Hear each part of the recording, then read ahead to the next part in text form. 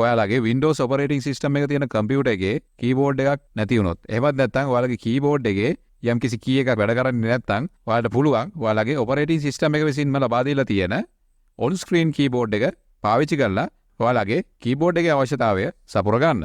ඉතින් ඔයාලගේ on screen keyboard එක කොහොමද අරගන්නේ කියන එක මම ඔයාලට කියලා දෙන්නම්. ඒකට ඔයාලා මුලින්ම යන්න ඕන මෙන්න මෙතනින් start menu එකට ගිහිල්ලා ඊට පස්සේ මෙතනින් settings වලට යන්න. ඊට පස්සේ මෙතනින් මෙන්න මේ ease of access කියන option එක select කරන්න.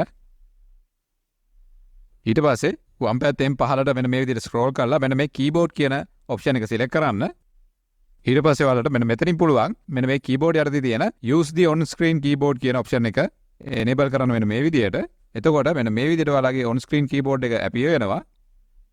ඉතින් මේකෙන් පුළුවන් ඔයාලට ඔයාලගේ keyboard එකේ අවශ්‍යතාවය සපුර ගන්න. ඉතින් ඔයාලට මේක ඔයාලගේ computer එකේ බොහොම පහසුවෙන් අරගන්න පුළුවන් විදිහට ඔයාලට පුළුවන් මෙන්න මේ විදිහට මෙතනින් right click කරලා මෙන්න මෙතන මේ pin to task bar කියන option එක select කරලා ඔයාලගේ task bar එකට on screen keyboard එක pin කරගන්න. එතකොට ඔයාලට keyboard එක launch කරගන්න අවශ්‍ය ඕනම වෙලාවක ඔයාලට පුළුවන් මේක click කරලා මෙන්න මේ විදිහට keyboard එක අරගන්න.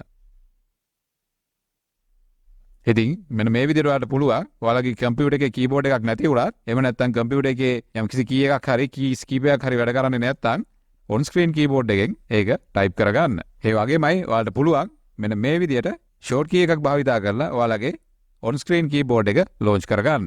ඔයාලගේ computer එකේ on screen keyboard එක launch කරගන්න අවශ්‍ය වුණ ඕනම වෙලාවක ඔයාලට පුළුවන් මෙන්න මේ short key එක භාවිතා කරන්න.